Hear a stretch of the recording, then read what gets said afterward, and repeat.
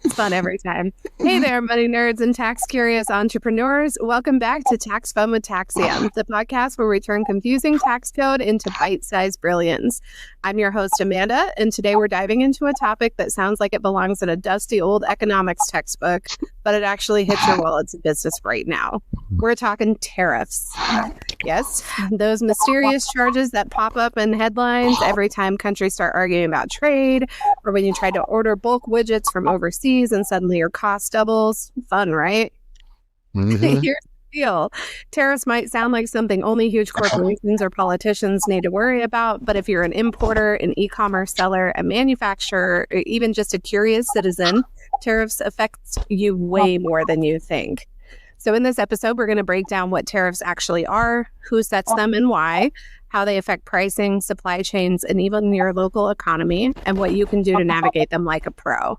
We'll also hit a few veiled historical examples because, yes, at one point in U.S. history, tariffs funded the entire federal government.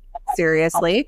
So whether you're shipping in steel, selling merch made in Vietnam, or you want to sound smart at your next dinner party, we've got you. So grab your coffee, your calculator, and maybe your customs broker because this is tariff talk, Taxium style. So let's get into it. Awesome. I love it.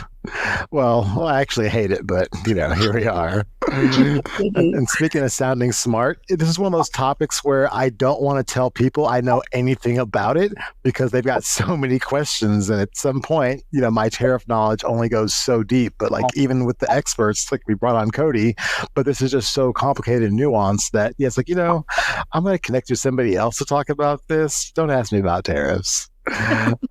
But speaking of Cody, what we do at Taxium here is we help folks manage sales tax.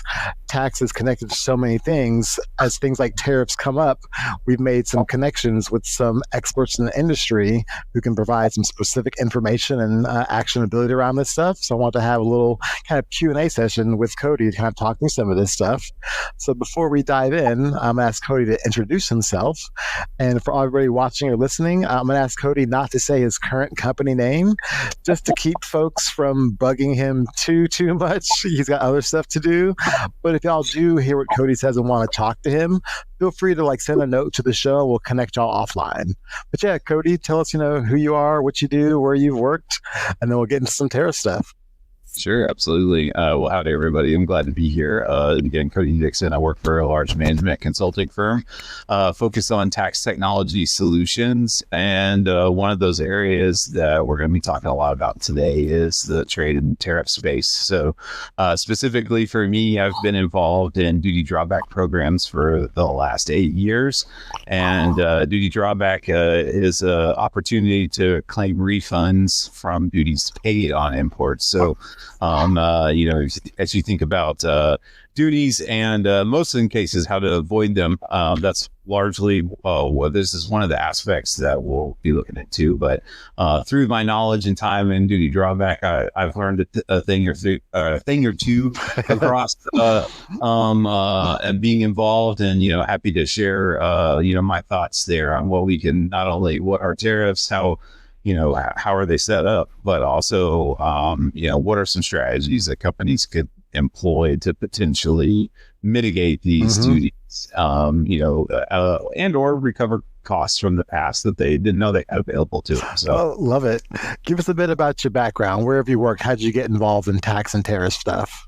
So my background, I've been in tax technology my entire career. I started working on some custom software solution for a Big Four firm, and around like-kind exchange. And like-kind exchange for what we were doing was you purchase something, you depreciate it, and then you sell that item at a gain, and then there's a way to effectively defer the tax on that by matching the sold asset with the purchased asset. And, I did that for a long time, helping clients defer gain through like an exchange program. But that was repealed back in 2017. And about the same time, started looking at getting into the trade space, because this is about when the same time frame for the 301 tariffs from the first Trump administration. And in duty drawback, there's a similar type concept of matching like an import to an export, and how you match that up is how you or it depends on how much refund you might get back. And so there's some technology components to part of that process where I was heavily involved in with the matching algorithms and all kinds of fun stuff. And then from there, I started working with clients, help implementing these programs, and trying to take advantage of these refund opportunities through duty drawback. Awesome. Yeah. So you kind of like Amanda and I, we kind of unknowingly worked our way into acquiring a bunch of sales tax knowledge, and it sounds like you've done the same on the tariff side. And so to catch up to speed, this is now episode 3.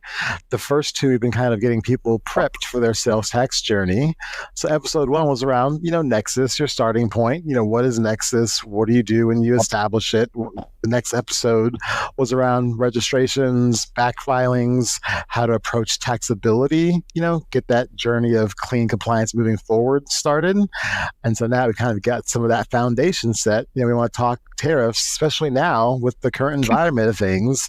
So let's start super duper high level. There seems to be a little bit of misunderstanding around tariffs.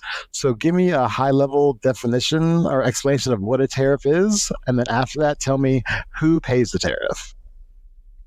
Yeah. So, at a high level on the tariff really is the rate at which the countries assign to the goods that are being imported in there. So in the context of, I think for everyone's largely focused on the U.S. right now. So, these are tariff rates that are assigned there, so that, and this is maybe a small thing. A lot of folks may know this or may not know this, but I did get this question the last couple of weeks. But, what's the difference between a tariff and a duty? So the tariff is effectively like it's the rate. So, and if you've seen some of the rates that are out there, so you may have a 10% base tariff that we have right now. And that means on any good that's imported into the U.S., there's a declared value that's associated with it. And then you're going to multiply that value times the 10% to get duty amount that's paid. So the rate, the tariff would be the rate, and then the duty is the actual amount paid in by the customer. So or by the importer. And really, in this instance, you mentioned who's paying for this. Well, the importer of record, whoever's bringing those goods into the country, is who's paying for it. Now, I think there's a lot of questions about who's paying for it after that, but we're going to get there. Yeah. Getting it across borders into the U.S. for either, domestic consumption, manufacturing, or whatnot is the importer of record who's paying. So in general, tariff is a rate that then they have to multiply to get the actual cost. So if we're talking about in real numbers, if somebody was importing something for $100 and there's a 10% tariff, that now costs them $110 to import. Effectively, yes, that's correct. Yeah. Okay. So that's the cost. And then your $10 of duties. So that's how the cost works. So the next question we're talking about, who actually pays this. So you answered part of it, which is the person importing it, but that's not the final, consumer or purchaser of the goods. So talk us through who actually ends up paying for these costs. Well, ultimately, they're kind of passed on to the consumers. They're looked at as a kind of a cost of goods sold that's there. So if you pay higher duty rates, then effectively that gets passed down to the end consumer of who's paying those. And so, that's, at the basic level, that's who it's going to at that point. So, yeah. Perfect. Okay, quick follow-up question. If the end consumer is paying it, why do and why should businesses care? It's additional costs. That may impact your supply and demand depending on if you're selling certain items that are there. Your staple items are things that you can't live without, that may not have an overall impact on it, or, but, for luxury items in other areas where that may be very, something to think back that may change your supply and your demand there. So that's kind of the biggest idea or biggest thought behind that I'd say for there. But, the other side of it too is, it's there's a cost of capital, there's other things like and it just costs more for you to do things. You may not be looking to expand operations because you've got additional costs or avenues. So there's a lot of things to consider in terms of like who would fall into that category, where they like what would they do, what should they do with this, especially the biggest thing that we're working with a lot of clients right now is forecasting and predicting the future in terms of where they want to go. And so I think it's not so much of a question of like what they're going to do presently, but really what their strategies are in the future and how that potentially changes with an increased cost or an increased burden that's there that ultimately passed down. So. And you and I have talked about this offline, but when it comes to tariff, this is less of an operational challenge. 10% is easy to operationalize. It's a very simple math. It becomes more of a strategic, a strategy decision. How are we going to approach this? So can you talk us through, like, what are some things you hear strategy-wise? What are some recommendations companies should take? How do folks work through this?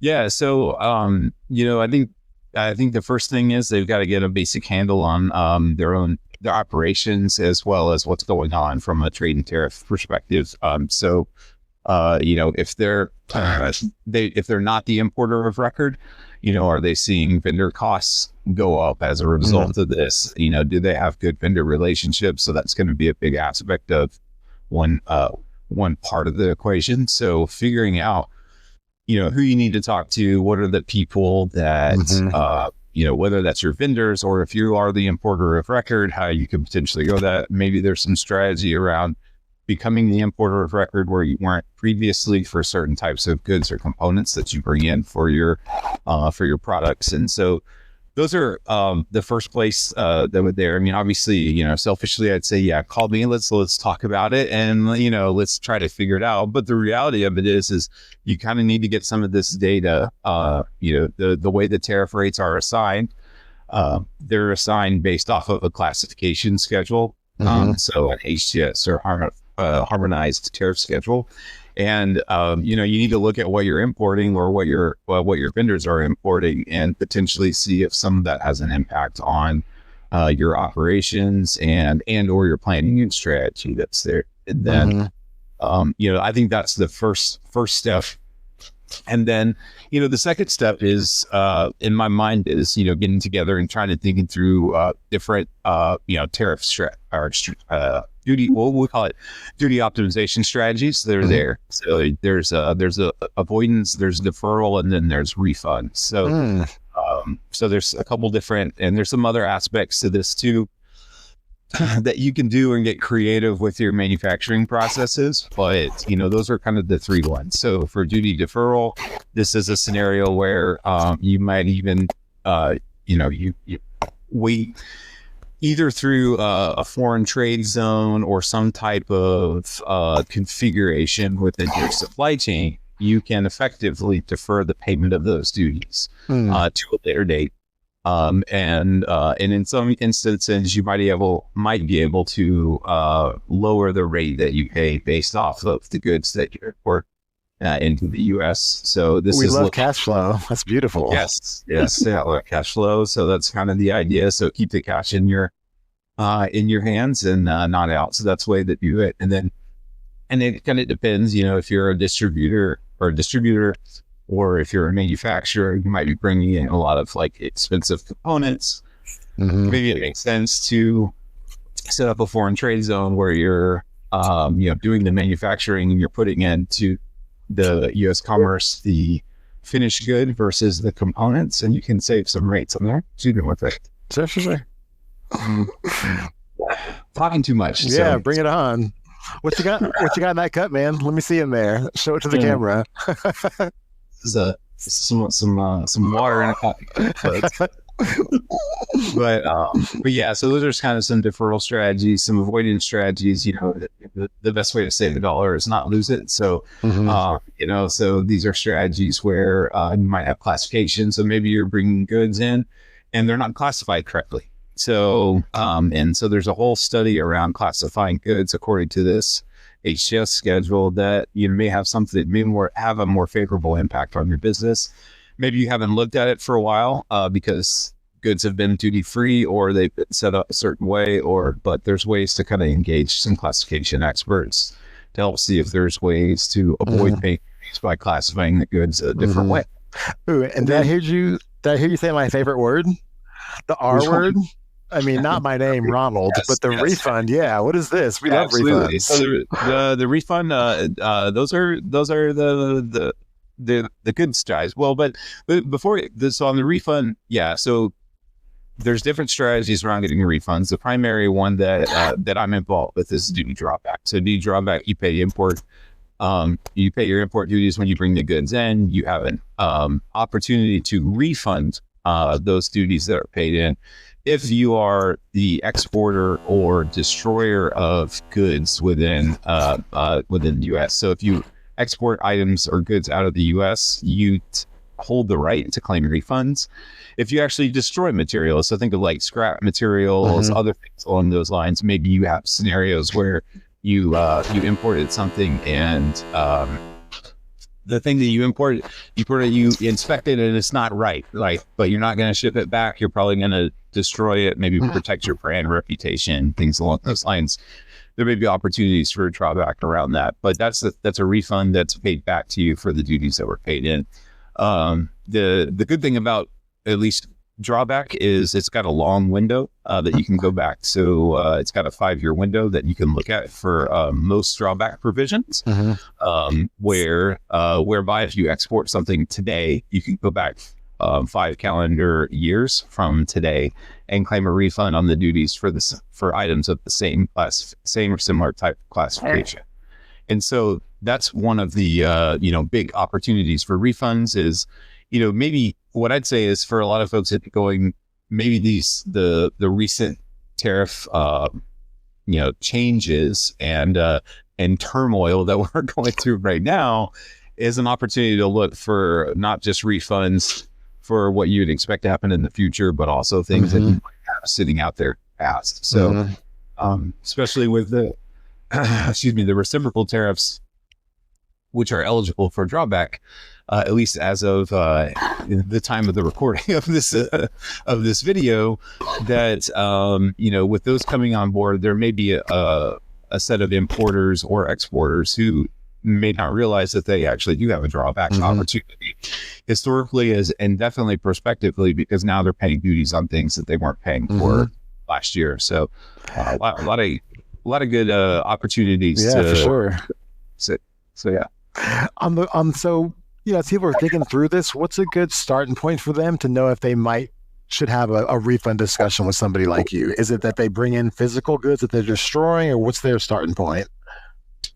So I think for most folks, I think asking the question of if you're the importer of record on a lot of things. So if you are importing goods in from and paying duties, or if you just are the importer, then what happens is you actually have access to a reporting platform by the United States Customs and Border Protection called ACE, Automated Commercial Environment. So you can actually go in and get reports of goods that of your entries that you've imported in, and then from there you can use that as a basis of, do we have opportunities for these duty optimization strategies to look at. That's one aspect of it. And then, another aspect, especially for the refunds are largely attributed to the exporter of record on things. So if you are someone who's exporting or destroying things within the U.S. or exporting out of the U.S. or destroying within the U.S., then you might have an opportunity to claim a refund, because you're effectively you're kind of holding the ace of spades. You're the one who has the highest trump card, if you will, or first right to claim the goods. And the other side about drawback is, even if you're so let's say you're not the importer of record, but you do export something, your vendors are actually passing that cost on to you. So it's understood, or it's kind of imputed into the value of what you're paying. And therefore you hold the right to do it. So you can actually go back. So if you're not importing, you can actually talk with your vendors who are importing, see if they're paying duties. And then you may have to come up with a strategy on how to divide the spoils, but there's a way to potentially get refunds in that scenario, even if you're not importing. the importer of record. Interesting. It's we're more on the sales tax side, especially on the technology side, and it seems like sales tax is at least 50% technology and 50% strategy and people. But based on kind of your conversation, it sounds like the tariff side is a lot less technology and maybe 80 to 90% strategy and people. Yeah, there's definitely a lot of strategy and there's some flexibility that's necessary in there too. So that a lot of people have you kind of experienced, especially coming through COVID, to out of COVID, now coming into potential trade and tariff wars that are there. There's just a lot of things. There's a lot of moving parts that are there. And so having, the data is a huge component of that, just like it is all things. But, another side of that is having a good strategy for how to mitigate that going forward. Yeah, for sure. This has been awesome. We covered a lot of great stuff. Just to wrap up and summarize, what we started the show with a couple episodes ago was one of the biggest things people can do is just be comfortable knowing what they don't know, but then committing to getting it right. And if you don't know it, that's fine, but then go find the expert who does. Go find the software, the tools, the Cody, the Amanda. There's information out there. So on the tariff side, what's your advice for people? Again, kind of recap how to approach this and then where they go from once they know they've got to deal with it. Yeah, I mean, I think in this scenario, especially if it's brand new, finding you a qualified person that knows about this, that can help guide you through those conversations. And then I think, from there, you should start the conversation of collecting data, figuring out what you're doing and how potentially you could come up with a strategy to mitigate things in the past. And through that process, you might even find, your favorite word out there, Ron. You might even find that refund part of the process that can help fund a lot of these things as well, too. So I mean, definitely start by talking with your teams on the import side and find out and understand your supply chain, and then understand and start asking questions about where those incentives might be and then through the supply chain to help mitigate the tariffs. Awesome. This has been amazing. Well, we're going to end on a note of positivity and fun. So we've been doing like highs and lows of the week. So I'll go first. My high of the week was I woke up today. So, no complaints, very low bar. Low of the week is I just moved into a new place not that long ago, and I'm still learning like the dimensions, and I stepped too closely to the door frame and ripped my favorite pair of socks. What about you, Amanda? What you got? Okay, hold on. You have a favorite pair of socks? Yeah, of course. I couldn't not slightly. Maybe that could be the thumbnail for this episode. Ooh, I love it. Okay, let's see. This is my least favorite part because I feel like I can't remember anything that has happened in the last week as soon as you put me on the spot here. Hey, maybe that's the high. You got blessed with forgetting. Oh, no, I know what my high is. My high is that I have a really great dad joke about tariffs for you guys before we end. Okay. That's my high of the week. The low of the week, probably coming home to a sick dog from the grocery store the other day. So fun. The one rug in the entire house made, all hardwood floor. So that would be my low of the week. Yeah, so fun. Just a puppy dog. Well, your new low of the week may be this joke you tell if it doesn't, make us die laughing. It's gonna land. All right, Cody. What's your high? My high. So my high so far this week has been my daughter's softball team won their first playoff game. Awesome. Yesterday. So they're moving on, and the TAPS softball playoffs here in Texas. So very excited about that. And, I think, sticking with the dog themes for the lows, our dog got diagnosed with dog arthritis. So we took her on a walk on Monday, and next thing you know, she was limping around like crazy, and found out that she needs some help and some medicine. So we're we got her to the vet, taken care of. So we're hopefully on the mend, but it was concerned. So. Well, I hope that dog hangs in there. Yeah. All right, Amanda, let's hear this. All right. Why don't tariffs ever get invited to parties? Why? Because they always bring a lot of baggage and they make everything more expensive. But That's very direct. yeah, I told you it was going to kill. the masses out there are laughing. They loved Yes. it. Yes. Well, and on that note, that's it for this episode with Tax Fun with Taxium. If you liked what you heard, hit that subscribe button, leave us a review, and send this episode to your friend who just got hit with an unexpected customs bill. Next week, we're tackling something a little more local, how to prepare for your first sales tax audit and stay sane while doing it. Until then, keep it smart, keep it legal, and keep it tax fun with Taxium.